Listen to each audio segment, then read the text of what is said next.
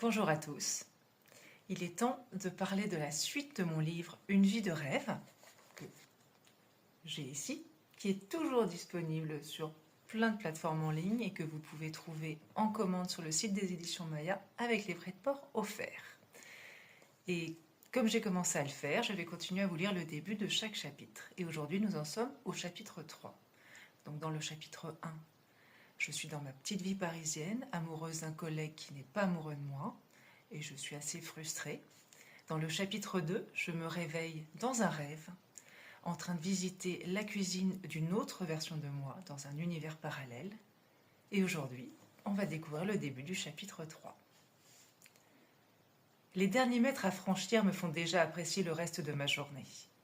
Je glisse, je râle, je me fais doubler, mais j'ai ainsi le temps de lever le nez et de me souvenir du restaurant indien en bas de chez moi.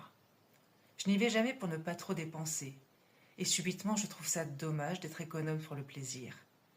La cuisine est encore ouverte, je commande un palak paneer et un plaisir coupable fondant de gourmandise, un cheese naan donc. Je ne sais pas trop comment je vais atteindre mon premier étage avec mon sac, mes béquilles et mon déjeuner, mais c'est d'autant plus drôle. C'est donc rempli de fierté et affamé que je referme la porte de chez moi et que je surprends mes deux chats en pleine sieste de mi-journée.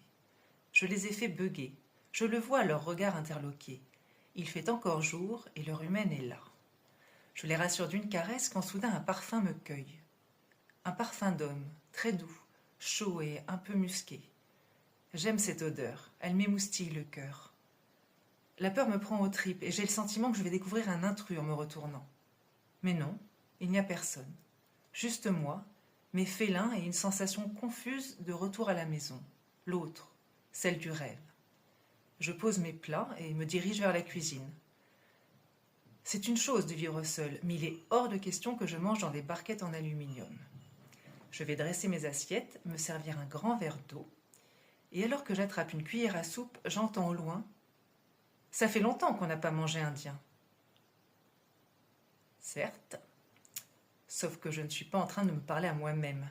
J'ai entendu quelqu'un lâcher cette phrase comme si elle m'était destinée. Est-ce que je dois réagir ? « Il y a quelqu'un » demandai-je bêtement et pas trop fort. Silence. Forcément. Je tends l'oreille à nouveau, on ne sait jamais. Rien. Je n'entends même pas une moustache bouger.